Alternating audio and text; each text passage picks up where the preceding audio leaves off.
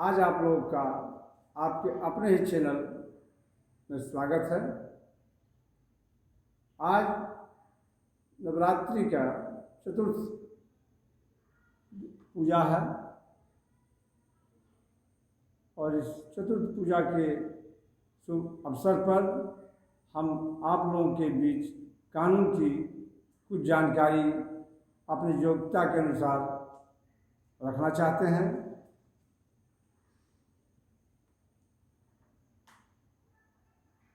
आज तक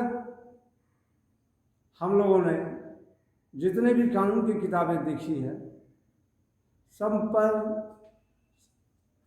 मुख्य पृष्ठ पर यही रहता है कि यह कानून जम्मू कश्मीर छोड़कर है। हमारे देश की अपना ही एक प्रमुख राज्य जो कश्मीर भारत का अंग है, वो कानून वहाँ अलग कर दिया गया था। हमारे देश में जो भी कानून संसद द्वारा बनाया जाता था, कानून की किताबों पर मेन पृष्ठ पर ही दर्शाया जाता था यह कानून जम्मू कश्मीर राज्य छोड़कर लागू किया जाएगा। लेकिन आज यह बहुत गर्व की बात है कि हमारे देश के माननीय और यशस्वी प्रधानमंत्री श्री नरेंद्र मोदी जी ने अपनी अदम्य साहस और दैविक शक्ति के बल पर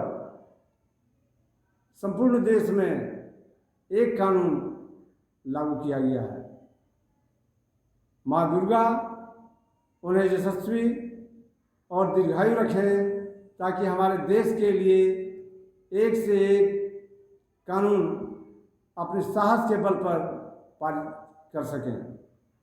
आज मैं आप लोगों के बीच यह कहना चाहता हूँ सीआरपीसी कानून के विषय में। सीआरपीसी क्या है, सीआरपीसी कब बना, कब लागू हुआ, इसमें कितनी धाराएं हैं, इसका दांडिक जीवन में, दांडिक प्रक्रिया में इसका क्या उद्देश्य है और क्या स्थान है। अब सीआरपीसी हमारे देश के लिए बहुत ही सुदृढ़ और प्रक्रियात्मक कानून है। इसके तहत ही देश के सभी व्यक्तियों के मौलिक अधिकारों, पुलिस पदाधिकारियों, माननीय न्यायालयों के हक और अधिकारों और कर्तव्यों का उल्लेख किया गया है।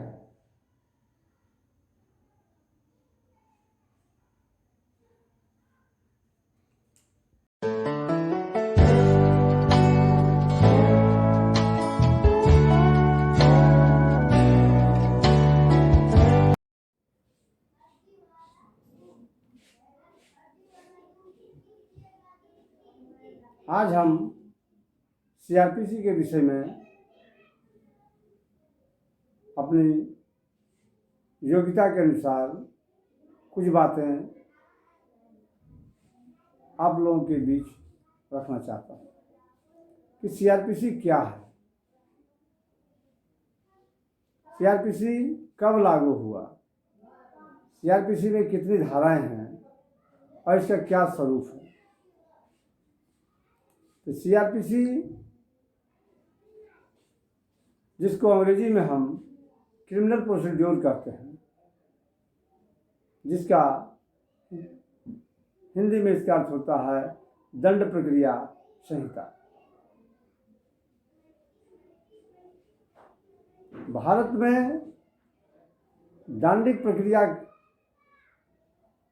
के तहत क्रियान्वयन के लिए यह प्रक्रिया लागू किया गया है। सीआरपीसी 1973 के नाम से लोग जानते हैं, लेकिन यह 1 अप्रैल 1974 ईस्वी को भारत देश में लागू हुआ।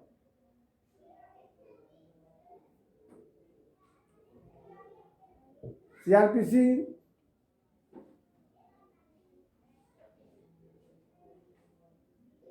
में सब्सटेंटिव विधि और क्रिमिनल विधि, जिसका होता है मौलिक विधि और दंडिक विधि के 2 वर्गों में इसे बांटा गया है। मौलिक विधि में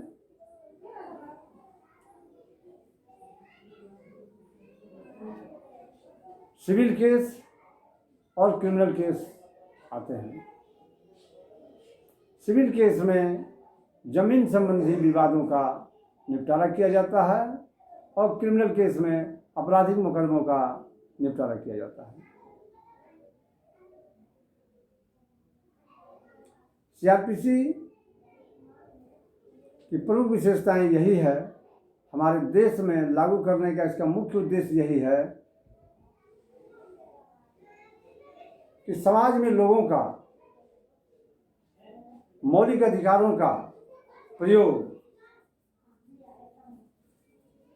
उसके हक अधिकार क्या हैं, उसके हक अधिकार को किस प्रक्रिया के तहत क्रियान्वयन किया जाता है, समाज में पुलिस पदाधिकारी का स्थान एक बहुत ही स्वच्छ और सुदृढ़ रूप से माना गया है। समाज में पीड़ित व्यक्ति के लिए, आरोपी के लिए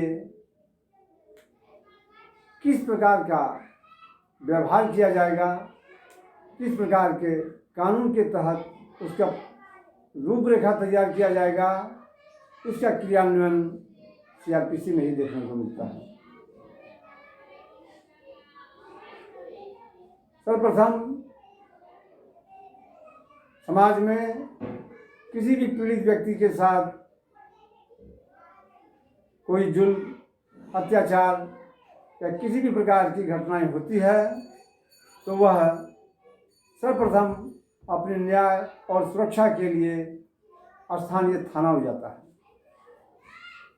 स्थानीय थाने में पुलिस का यह कर्तव्य होता है कि पीड़ित पक्ष का बात सुने, बात सुनने के बाद उसका हम लिखित आवेदन लें या मौखिक बयान लें, तत्पश्चात पुलिस एफआईआर दर्ज करती है। दर्ज करना उसका एक अधिकार है, उसका कर्तव्य है कि हमारे आवेदन पर हमारे साथ जो जुर्म हुआ है, पीड़ित व्यक्ति के बातों पर आकर के उसका वो प्राथमिकी दर्ज करे। कुछ खामियां हैं जो कि आज भी हमारे समाज में पुलिस पीड़ित व्यक्तियों के बातों पर ध्यान नहीं करके उसका प्राथमिकी दर्ज करने से इनकार कर जाती है। इससे पीड़ित व्यक्ति को घबराने और हतोत्साहित होने की कोई भी आवश्यकता नहीं है। सीआरपीसी में यह प्रावधान है या कानून है, वह पीड़ित व्यक्ति जिले के वरीय पुलिस पदाधिकारी, पुलिस अधीक्षक महोदय के पास जाए, डीएसपी साहब के पास जाए, इंस्पेक्टर साहब के पास जाए, डीआईजी साहब के पास जाकर अपनी बातों को रख सकता है कि थानेदार द्वारा हमारा मुकदमा नहीं लिया गया। वहाँ वरीय पुलिस पदाधिकारी संबंधित थानेदार को आदेश देंगे कि पीड़ित व्यक्ति का प्राथमिकी दर्ज किया जाए और इसका अनुसंधान करें।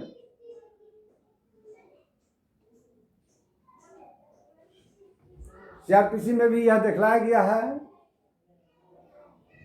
कि पुलिस आरोपी व्यक्ति का अनुसंधान कब करेगा, कैसे करेगा, कितने दिनों में करना है, इसका सारा व्यवस्था सीआरपीसी में उल्लिखित किया गया है।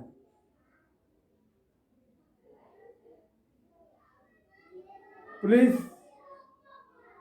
आरोपी को गिरफ्तार करती है, साक्ष्यों का बयान लेती है, किस सिस्टम के तहत उसका गवाही लिया जाएगा, महिला आरोपी है या महिला पीड़ित है तो उसका गवाही कब लिया जाएगा, कहाँ लिया जाएगा, कैसे लिया जाएगा, इन सभी बातों का उल्लेख सीआरपीसी में परिभाषित किया गया है। सीआरपीसी में ही यह दिखलाया गया है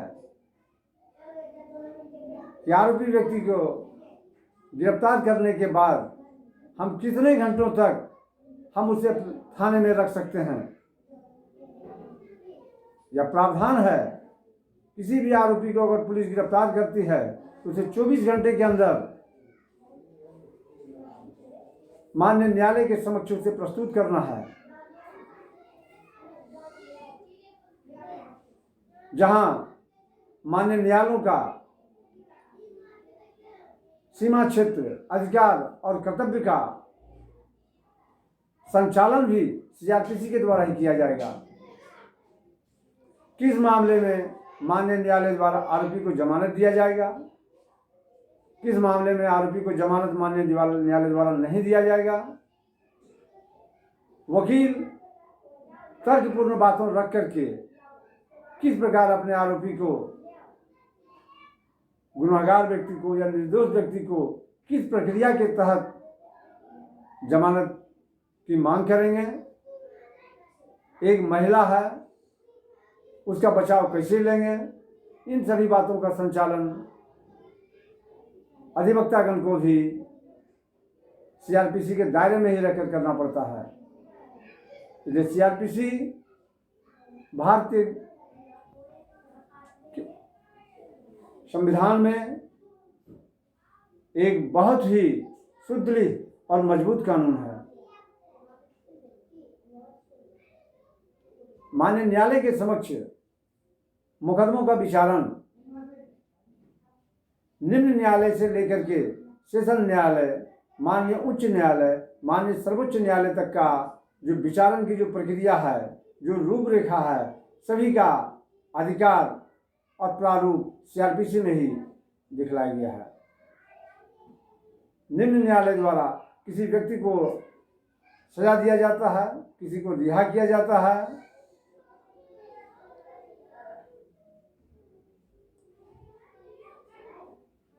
तो वह पीड़ित व्यक्ति, पीड़ित मवकील अपने आगे की लड़ाई के लिए अपील है, रिवीजन है, जिसका आगे की प्रक्रिया के विचारण के लिए वह माननीय सेशन न्यायालय में अपील करेगा, माननीय उच्च न्यायालय में अपील करेगा, माननीय सर्वोच्च न्यायालय में अपील करेगा। वहाँ भी किस प्रक्रिया के तहत इन मुकदमों का विचारण होगा और इन सभी बातों का समावेश सीआरपीसी में ही लिखा गया है।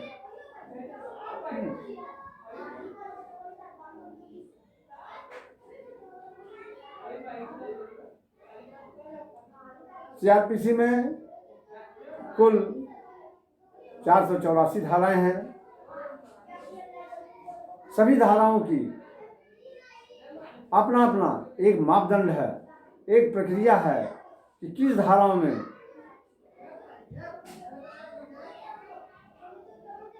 क्या परिभाषित किया गया है, किस धाराओं में क्या रूपरेखा है, इसका वर्णन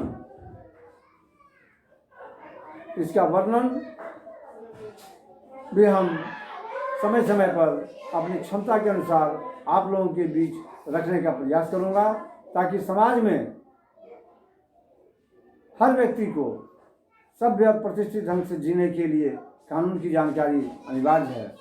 कानून की जानकारी से ही हर व्यक्ति समाज में अपने आप को संयमित जी सकता है, अपने हक अधिकार के लिए लड़ाई लड़ सकता है।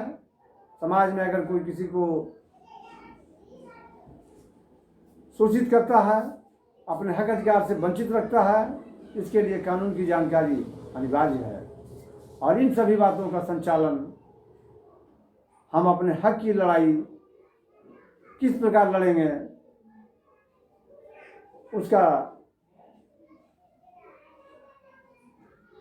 संचालन, उसके तौर तरीके सीआरपीसी में ही इसका उल्लेखित किया गया है। सीआरपीसी एक दंडिक प्रक्रिया है, जबकि दंड का प्रावधान किस व्यक्ति को किस अपराध के लिए कितना दंड मिलेगा, कितना पनिशमेंट दिया जाएगा, इसका उल्लेख आईपीसी में किया गया है। लेकिन आईपीसी के तहत ही हम किसको कितना सजा दिया जाएगा, माननीय न्यायालय द्वारा उसका प्रावधान आईपीसी में है। लेकिन उस धारा के संचालन के लिए, उस पनिशमेंट को संचालन के लिए उसका सारा रूपरेखा उस सीआरपीसी में ही है। सीआरपीसी के तहत ही हम यह अपना सकते हैं कि हम किस प्रकार गवाह को माननीय न्यायालय के समक्ष प्रस्तुत करेंगे, कैसे उसका विचारण होगा, क्या प्रारूप होगा आरोप गठन का, किस प्रकार हम उसका बहस माननीय न्यायालय के समक्ष करेंगे, कब गवाह प्रस्तुत करेंगे, कब गवाह को हम हॉस्टाइल करेंगे, कब गवाह को हम फिर बुलाएंगे। इन सभी बातों का उल्लेख सीआरपीसी में ही किया गया है।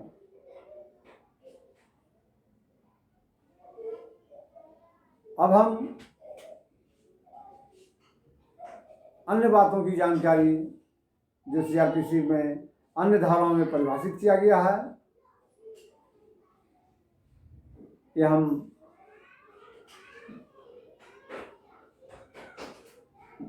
समय समय पर यह भी अपनी बात आप लोगों के बीच रखने का प्रयास करूंगा,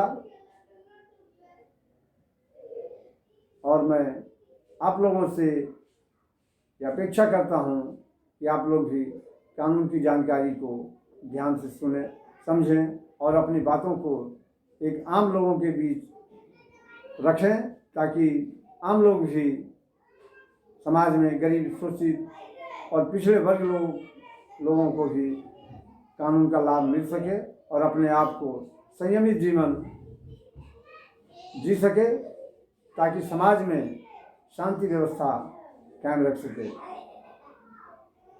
आज पुलिस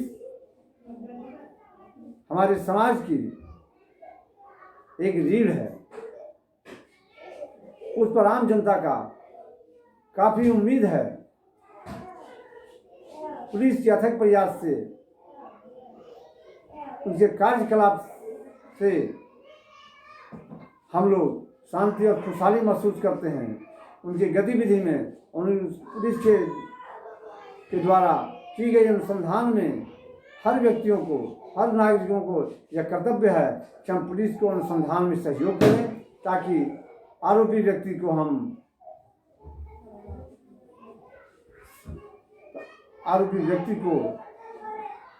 हम सही कानून के निर्णय तक हम पहुंचाने में सफल हो सकें। धन्यवाद।